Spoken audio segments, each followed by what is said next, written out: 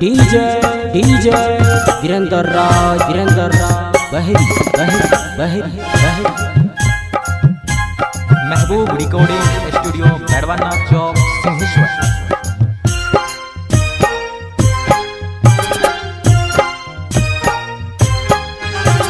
तल के छोरी हमारा संग सिंहेश्वर के मेला में हे गई। तल के छोरी हमारा संग सिंहेश्वर के मेला में हे गई। चौमिन चाट छोला खिलाई तोरा अकेला में।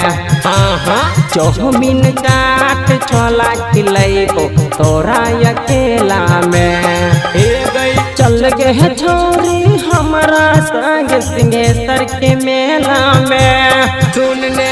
चल गए छोरी हमारा संग सिंहेश्वर के मेला में हे गई। चौमिन चाट छोला खिलाई तोरा अकेला में हे गई। चौमिन चाट छोला खिलाई तोरा अकेला में तोरा अकेला में अकेला में। डीजे डीजे वीरेंद्र राज बहरी बहरी बहरी बहरी।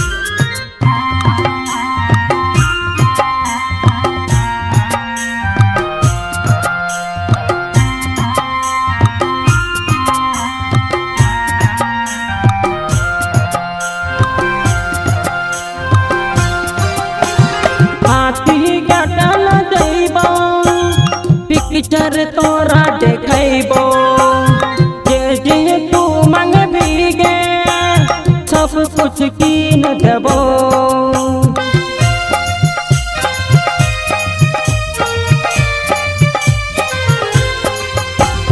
हाथी गेट घुमैबो पिक्चर तोरा देखैबो जे जे मांगबे तू गे सब कुछ तोरा देबो।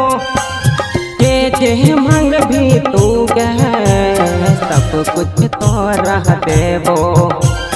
पड़ी है मैं तू सुन गए छोरी कोनो झमेला में हे गई। पड़ी है मैं तू सुन गए छोरी कोनो झमेला में। चौमिन चाट छोला खिलाई तोरा अकेला में हे गई। चौमिन चाट छोला खिलाई तोरा अकेला में। डीजे डीजे वीरेंद्र राज बहरी बहरी बहरी बहरी।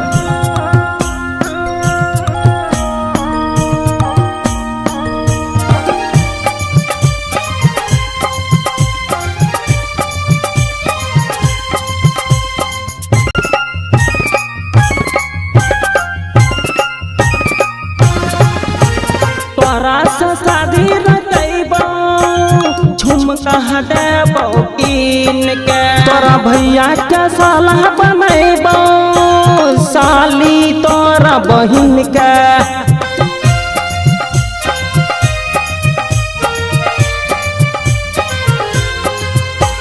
तोरा शादी रचैबो झुमका देबो कीन के। तोरा भैया के साला बनैबो साली तोरा बहिन के। तोरा भैया के साला बनैबो साली तोरा बहिन के। पाँव के पायल टूट जैतो भीड़ के मेला में। पाँव के पायल टूट जैतो भीड़ के मेला में। चौमिन चाट छोला खिलैयो तोरा अकेला में। चौमिन चाट छोला खिलाई तोरा अकेला में। डीजे डीजे वीरेंद्र राज बहरी बहरी बहरी बहरी।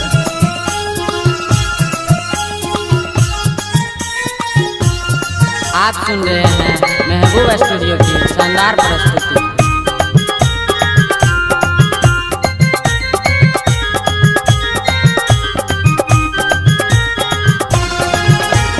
राइटर पर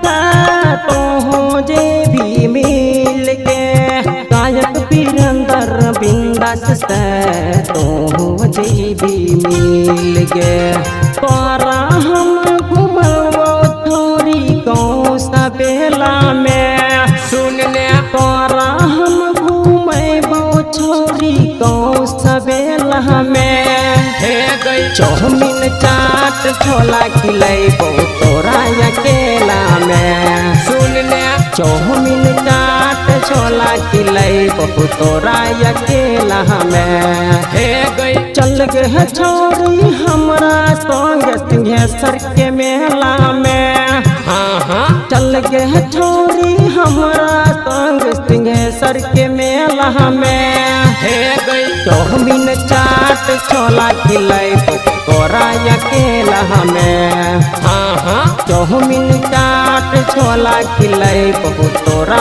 अकेला में हाँ हाँ चौमिन चाट तोरा